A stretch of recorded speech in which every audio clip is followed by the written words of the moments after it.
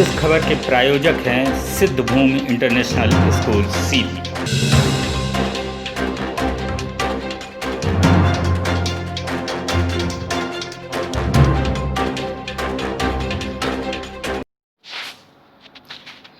नमस्कार, ST news live में आपका स्वागत है। मैं हूं सुधींद्र शर्मा। मध्य प्रदेश में शुरू होगा झूठ बोले कौवा काटे अभियान। भारतीय जनता पार्टी ने पत्रकार वार्ता करके दी जानकारी। पत्रकार वार्ता में भारतीय जनता पार्टी जिलाध्यक्ष इंद्र शरण सिंह ने कहा कि जो प्रदेश व जिले को लूटे वे किस मुँह से जनता के पास उपचुनाव में जाकर घड़ियाली आंसू बहा रहे। जैसा कि आप सब जानते हैं कि कांग्रेस ने जनता के साथ और नियत के साथ एक समझौता किया, एक वादा किया और वादा करने के साथ उन्होंने चुनाव में आने का फैसला किया।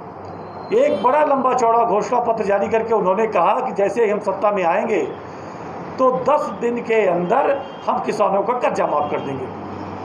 उन्होंने युवाओं से वादा किया कि हम सत्ता में आते ही 4,000 रुपये बेरोजगारी भत्ता देंगे। उन्होंने वादा किया कि हम बिजली के क्षेत्र में अभूतपूर्व क्रांति लाएंगे और एक भी घर ऐसा नहीं रहेगा जहां बिजली नहीं रहेगी। उन्होंने वादा किया कि हम खाद और बीज पर्याप्त मात्रा में उपलब्ध करवाएंगे। उन्होंने अनेक ऐसे वादे किए, रोजगार सहायकों से वादे किए, सचिवों से वादे किए, शिक्षकों से वादे किए। लेकिन आज आप जहां देखें, कांग्रेस ने जो चुनाव घोषणा पत्र जारी किया, घोषणा पत्र जारी करने के बाद जब वो सत्ता से बाहर हो गए तो उन्होंने कहना शुरू किया। जब पत्रकार साथियों ने भोपाल में उनसे पूछा कि आपने किसानों से वादा किया था, आपने कर्जा माफ़ क्यों नहीं किया, तो उन्होंने कहा जब हम अगली बार सत्ता में आएंगे तब हम माफ़ करेंगे। हमने कर्ज माफ़ नहीं किया, हमें अफसोस है। मित्रों, पत्रकार साथियों, आपको यह मालूम है उन्होंने कहा था कि उनके नेता राहुल गांधी जी ने कहा था कि 1 2 3 4 5 6 7 8 9 10 अगर 10 दिन गिनते गिनते पूरे कर्जे माफ़ नहीं हुए 2 लाख रुपए तक के तो हम मुख्यमंत्री बदल देंगे। उन्होंने कहा अगर बेरोजगारी भत्ता नहीं मिला तो हम मुख्यमंत्री बदल देंगे।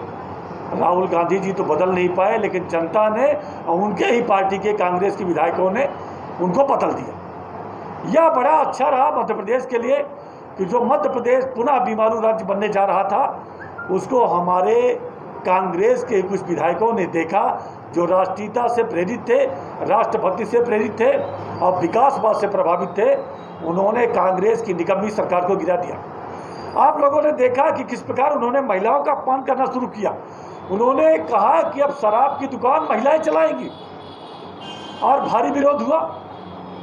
आप लोगों ने देखा होगा कि हमारे जिले में भी किस प्रकार अवैध रेत के और खनन माफिया के हौसले बुलंद हो गए थे।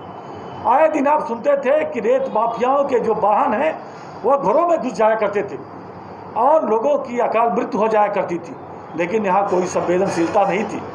लेकिन आज आप देखिए कि जिन वादों के कारण कांग्रेस सत्ता में आई उनमें से एक भी वादा पूरा नहीं किया और उसी बोझ तले वह दब करके ख़त्म हो गई।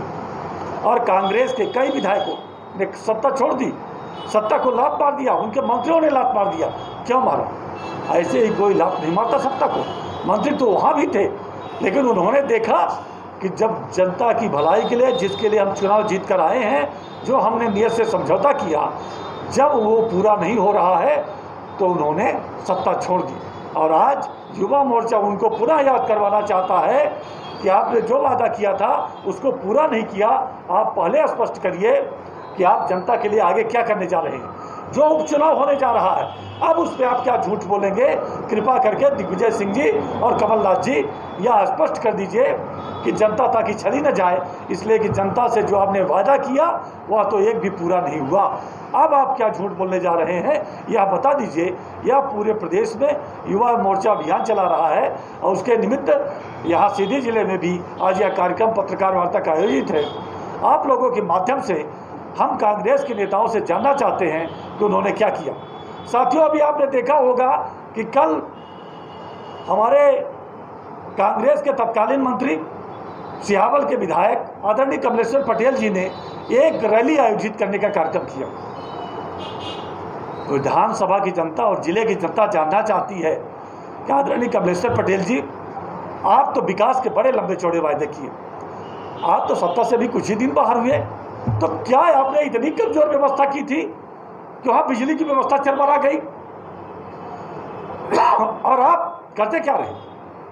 आप उन 16-17 महीनों में जो कुछ किए हो, तो जनता के साथ आप अपना एजेंडा जारी करिए कि जनता के कल्याण के लिए आपने एक काम किया है। जनता के कल्याण के नाम पर तो उन्होंने कुछ किया नहीं।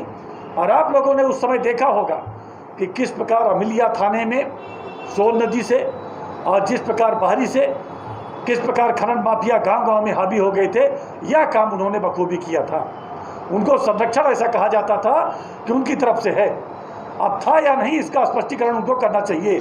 लेकिन जहां बिजली की बात है, शिक्षा की बात है, विकास की बात है, उनको अपने 16-17 महीनों के कार्यकाल के जो भी कार्य हैं उसको पहले आउट करना चाहिए और उसके बाद उनको जनता के बीच में जाना चाहिए। आदरणीय कमलेश्वर पटेल जी को यह अधिकार नहीं है कि वह जो बिजली की व्यवस्था है उसके लिए वो प्रश्न खड़ा करें।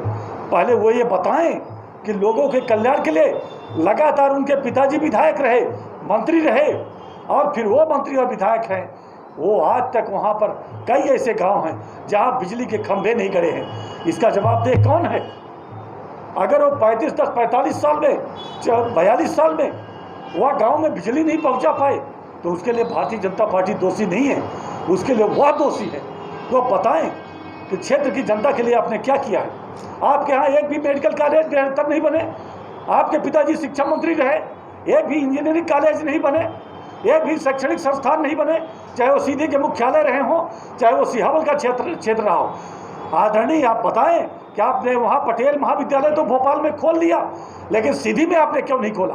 क्योंकि शिक्षा, यहाँ के युवा शिक्षित हो जाते और शिक्षित होने के बाद वो पढ़ लेते, अच्छे पोस्टों में चले जाते। इसलिए उनको पहले अपने कार्यों को एक गति देने के साथ जो उन्होंने किया हो उसको पहले आउट करें, जारी करें, एक रिपोर्ट जारी करें कि हमने इस 16 महीनों में क्या किया है, और उसके बाद जिले भर में होगा कांग्रेसी नेताओं के खिलाफ बड़ा आंदोलन, कहा युवा मोर्चा जिलाध्यक्ष प्रमोद द्विवेदी ने।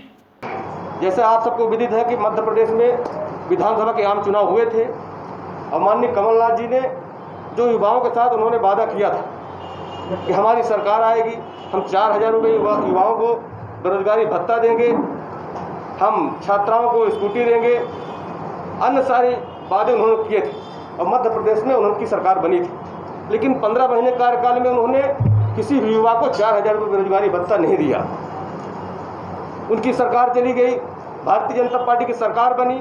अब माननीय कमलनाथ जी किस मुँह से जनता के बीच में जाकर के वो फिर से क्या झूठ बोलना चाहते हैं, ये जनता जानना चाहती है। भारतीय जनता युवा मोर्चा मध्य प्रदेश के साथ साथ सीधी जिले का नौजवान माननीय कमलनाथ जी और माननीय दिग्विजय सिंह से पूछना चाहता है कि अब आगे आप जनता के बीच जाएंगे तो क्या झूठ बोलेंगे। इस मुद्दे को लेकर आज पत्रकार वार्ता आयोजित है।